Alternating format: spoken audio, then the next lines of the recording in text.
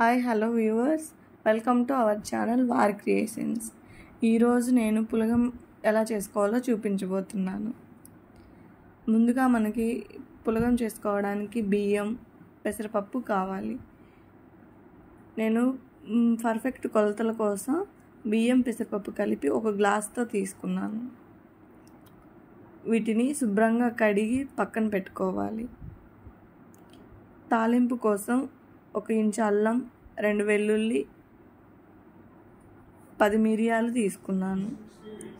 వీటిని కచ్చా పచ్చాగా చేత్తో దంచుకొని పక్కన పెట్టుకోవాలి. పులగం చేయడం కోసం స్టవ్ వెలిగించి దానిపై కుక్కర్ గిన్నె పెట్టేసి అందులో 1 టేబుల్ స్పూన్ నెయ్యి వేసుకోవాలి. నెయ్యి వేడెక్కిన తర్వాత మనం ముందుగా దంచి పెట్టుకున్న అల్లం, వెల్లుల్లి, మిరియాలు అందులో వేసి 1 నిమిషం పాటు వేయించుకొని అందులో కొద్దిగా కరివేపాకు, జీలకర్ర వేసుకొని వేయించుకోవాలి.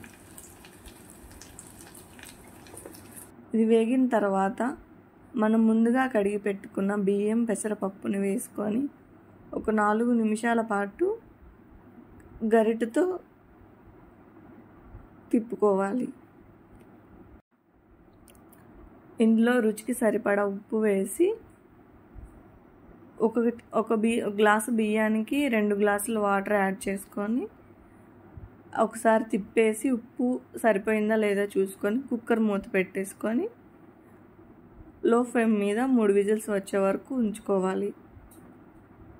తరువాత ఆవిరి మొత్తం పోయాక కుక్కర్ మూత ఓపెన్ చేసి ఒకసారి పులగాన్ని అడుగు అంటూ తిప్పుకొని పక్కన పెట్టుకోవాలి. వేడివేడిగా తింటే చాలా బాగుంటుంది. ఇందులో పచ్చిమిర్చి పచ్చడి, పండు మిరపకాయల పచ్చడి, చింతకాయ పచ్చడి చాలా బాగుంటాయి. నెయ్యి వేసుకొని తింటే నాకు చాలా ఇష్టం ఈ పులగం.